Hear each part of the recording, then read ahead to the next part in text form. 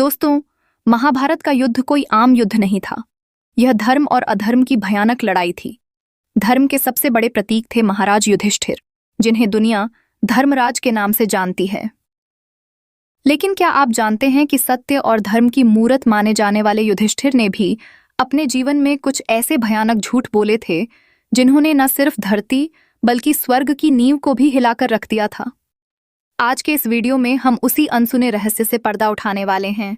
हम जानेंगे युधिष्ठिर के उन 3 भयानक झूठों के बारे में और साथ ही बात करेंगे युधिष्ठिर के जीवन की उस सबसे बड़ी परीक्षा की, जब उन्हें स्वर्ग में अपने सबसे बड़े दुश्मन दुर्योधन को ऐश करते हुए देखना पड़ा था।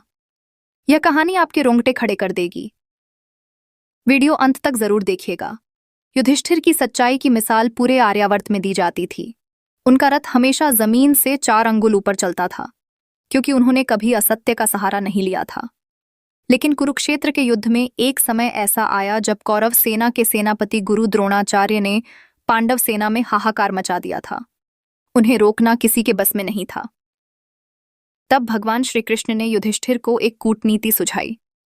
कृष्ण जानते थे कि द्रोणाचार्य केवल युधिष्ठिर की बात पर ही विश्वास करेंगे, इसलिए उन्होंने युधिष्ठिर से कहा कि वह द्रोणाचार्य को जाकर बताएं कि उनका पुत्र अश्वत्थामा मारा गया है। युधिष्ठिर इसके लिए बिल्कुल तैयार नहीं थे, क्योंकि यह एक झूठ था। लेकिन धर्म की रक्षा और युद्ध जीतने के दबाव में आकर उन्हें अपने जीवन का पहला और चर्चित अर्ध सत्य बोलना पुडिडिदा, जिसने सब कुछ बदल दिया। भीम ने अश्वत्थामा नाम के एक हाथी को मार गिराया था। इसी बात का फायदा उठाते हुए युधिष्ठिर द्रोणाचार्य के पास गए और बोले, अश्वत्थामा हतो हथ, यानी अश्वत्थामा मारा गया। लेकिन जैसे ही युधिष्ठिर ने धीमे स्वर में कहा नरो व कुंजरो व, यानी नर या हाथी, ठीक उसी समय श्रीकृष्ण ने जोर से शंख बजा दिया। शंख की तेज ध्वनि के कारण गुरु द्रोणाचार्य आगे के शब्द सुन नहीं पाए। उन्हें लगा कि उनका प्यारा पुत्र अश्वत्थामा मारा गया है और उन्होंने अपने हथियार डाल दिए। युधिष्ठिर का यह आधा सच एक भयानक झूठ के बराबर ही था। इस घटना का परिणाम यह हुआ कि निहत्थे द्रोणाचार्य का वध कर दिया गया। पहली बार झूठ बोलने के कारण युधिष्ठिर का रथ, जो हवा में चलता था, तुरंत जमीन पर गिरा। यह उनके धर्म के पतन की शुरुआत थी। युधिष्ठिर के जीवन का दूसरा सबसे बड़ा झूठ शब्दों से ज्यादा उनके कर्मों में छिपा था। जब पांडवों को 12 वर्ष का वनवास और 1 वर्ष का अज्ञातवास मिला, तो उन्हें अपनी पहचान छुपानी पड़ी। महाराज युधिष्ठिर, जो कभी असत्य का आचरण नहीं करते थे, उन्होंने विराट नगर में कंक नाम के एक ब्राह्मण का रूप धारण किया। उन्होंने अपनी असली पहचान को छुपाकर राजा विराट के दरबार में चौसर खेलने वाले एक साधारण दरबारी का काम किया। सत्य के मार्ग पर चलने वाले एक चक्रवर्ती सम्राट के लिए एक झूठी पहचान के साथ जीना और अपने सामने अपनी पत्नी और भाइयों को नौकरों की तरह काम करते देखना किसी भयानक झूठ से कम नहीं था। यह उनके सिद्धांतों के पूरी तरह खिलाफ था। परिस्थितिवश ही सही, धर्मराज ने 1 साल तक झूठ की चादर ओढ़कर जीवन बिताया। युधिष्ठिर का तीसरा और सबसे खतरनाक झूठ वह था जब उन्होंने जुए के खेल में अपने कर्तव्य से मुंह मोड़ लिया था। जब शकुनी ने उन्हें चौसर खेलने के लिए उकसाया, तो युधिष्ठिर जानते थे कि यह खेल छल से भरा है। फिर भी झूठे क्षत्रिय धर्म और मर्यादा का हवाला देकर वह खेलते रहे। उन्होंने अपना राज्य, अपनी संपत्ति, अपने भाइयों और अंत में अपनी पत्नी द्रौपदी तक को दांव पर लगा दिया। जब भरी सभा में द्रौपदी का चीरहरण हो रहा था, तब धर्मराज युधिष्ठिर का मौन रहना उनके जीवन का सबसे बड़ा झूठ और पाप था। उन्होंने अपने अंदर के न्याय और सत्य की आवाज को पूरी तरह दबा दिया था। उनका यह मौन और कर्म उनके बोले गए किसी भी झूठ से कहीं ज्यादा भयानक था, जिसने पूरे कुरुवंश के विनाश की बहुत मजबूत नींव रखी। महाभारत के भीषण युद्ध के बाद जब यदुवंश का भी नाश हो गया, तब पांडवों को संसार से विरक्ति हो गई। वेदव्यास की सलाह पर पांडवों ने अपना सारा राजपाट त्याग दिया और द्रौपदी के साथ हिमालय की ओर अंतिम यात्रा पर निकल पड़े। इसे महाप्रस्थाने का पर्व कहा जाता है। इस दुर्गम यात्रा में एक कुत्ता भी उनके साथ साथ चलने लगा। जैसे जैसे वे हिमालय की बर्फीली चोटियों पर चढ़ते गए, उनके कर्मों के अनुसार एक एक करके द्रौपदी, सहदेव, नकुल, अर्जुन और भीम गिरकर मृत्यु को प्राप्त होने लगे।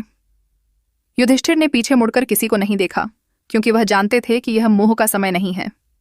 अंत में केवल युधिष्ठिर और वह कुत्ता ही बचे, जो सशरीर स्वर्ग के दरवाजे तक पहुंचने में सफल रहे। लेकिन स्वर्ग के दरवाजे पर उनका एक बड़ा झटका इंतजार कर रहा था। जैसे ही देवराज इंद्र ने युधिष्ठिर का स्वर्ग में स्वागत किया, युधिष्ठिर की आंखें अपने भाइयों और पत्नी द्रौपदी को ढूंढने लगीं। लेकिन वहां का नजारा देखकर उनके पैरों तले जमीन खिसक गई।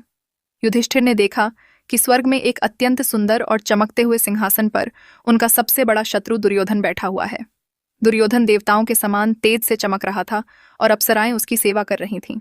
जिस दुर्योधन ने जीवन भर अधर्म किया, पांडवों को जहर दिया, लाक्षागृह में जलाने की कोशिश की और द्रौपदी का घोर अपमान किया, उसे स्वर्ग में आनंद लेते देख युधिष्ठिर का धैर्य टूट गया। उनका हृदय भयंकर क्रोध से भर गया। उन्होंने देवताओं से कड़े शब्दों में पूछा कि एक महापापी और अधर्मी व्यक्ति को स्वर्ग का यह सर्वोच्च स्थान और सम्मान आखिर किस आधार पर दिया गया है। युधिष्ठिर के क्रोधित होने पर देवर्षि नारद और इंद्र ने उन्हें समझाया कि स्वर्ग में किसी से बैर नहीं रखा जाता। देवताओं ने बताया कि दुर्योधन ने भले ही अपने जीवन में पाप किए हों, लेकिन उसने एक सच्चे क्षत्रिय की तरह युद्ध के मैदान में अपने प्राणों की आहुति दी थी। वह रणभूमि से पीठ दिखाकर नहीं भागा था। मृत्यु के समय वह निडर था और क्षत्रिय धर्म का पालन करते हुए वीरगति को प्राप्त हुआ था। इसी क्षत्रिय धर्म के पालन और युद्ध में बलिदान के कारण उसे कुछ समय के लिए यह स्वर्ग का सुख प्राप्त हुआ है। लेकिन युधिष्ठिर इस तर्क से बिल्कुल भी संतुष्ट नहीं हुए। उन्हें दुर्योधन को देखकर अपने भाइयों के साथ हुए घोर अन्याय याद आ रहे थे।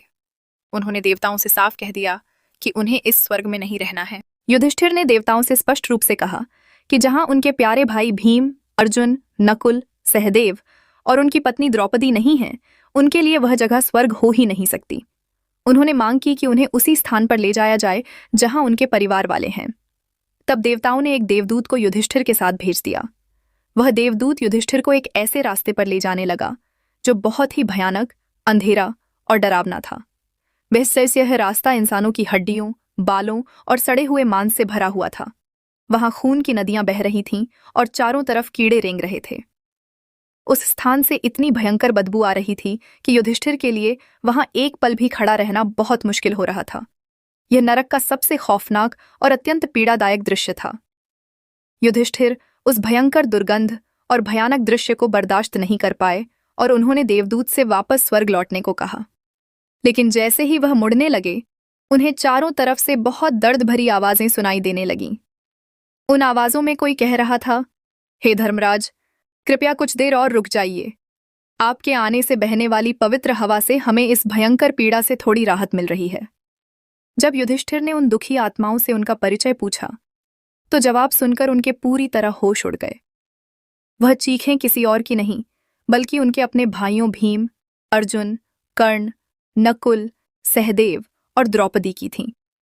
अपने पुण्यवान भाइयों को इस भयानक नरक की आग में जलते देखकर युधिष्ठिर को बहुत ही गहरा सदमा लगा। यह उनके जीवन की सबसे कठिन और रुला देने वाली परीक्षा थी। अपने भाइयों की दुर्दशा देखकर युधिष्ठिर का दुख भयंकर क्रोध में बदल गया। उन्होंने देवताओं के न्याय पर सवाल उठाया। उन्होंने सोचा कि जिन भाइयों ने जीवन भर धर्म का पालन किया, वे नरक की पीड़ा सह रहे हैं और पापी दुर्योधन स्वर्ग के मजे लूट रहा है। युधिष्ठिर ने उस देवदूत से कहा, तुम वापस देवताओं के पास लौट जाओ और उनसे कह दो कि युधिष्ठिर अब स्वर्ग नहीं जाएगा। मैं अपने भाइयों के साथ इसी भयानक नरक में रहूंगा, क्योंकि मेरी उपस्थिति से ही सही उन्हें थोड़ा सुकून तो मिल रहा है। यह युधिष्ठिर का अपना अंतिम फैसला था। उन्होंने स्वर्ग के सुखों को ठुकराकर परिवार के लिए नरक का कष्ट चुन लिया था। और दोस्तों, जैसे ही उन्होंने यह महान निर्णय लिया, अचानक वहां का पूरा दृश्य एक जादुई तरीके से तेजी से बदलने लगा। क्षण भर में नरक का वह भयानक अंधकार गायब हो गया। वहां देवराज इंद्र और स्वयं धर्मराज प्रकट हुए। उन्होंने युधिष्ठिर को बताया कि यह सब एक माया थी। यह उनके लिए देवताओं द्वारा रची गई एक अंतिम परीक्षा थी। गुरु द्रोणाचार्य से बोले गए उस आधे झूठ के कारण ही उन्हें कुछ पलों के लिए यह भयानक नरक देखना पड़ा था। फिर युधिष्ठिर ने पवित्र देव नदी में स्नान किया, जिससे उनका मानव शरीर और सारे पाप धुल गए। इसके बाद वे अपने भाइयों और द्रौपदी के साथ वास्तविक स्वर्ग में प्रवेश कर गए। तो दोस्तों, यह थी युधिष्ठिर के झूठ और उनकी अंतिम परीक्षा की रोंगटे खड़े कर देने वाली कहानी। अगर आपको यह वीडियो पसंद आया हो तो इसे लाइक करें, शेयर करें और चैनल को सब्सक्राइब जरूर करें। हम आपसे मिलते हैं अगले वीडियो में। धन्यवाद।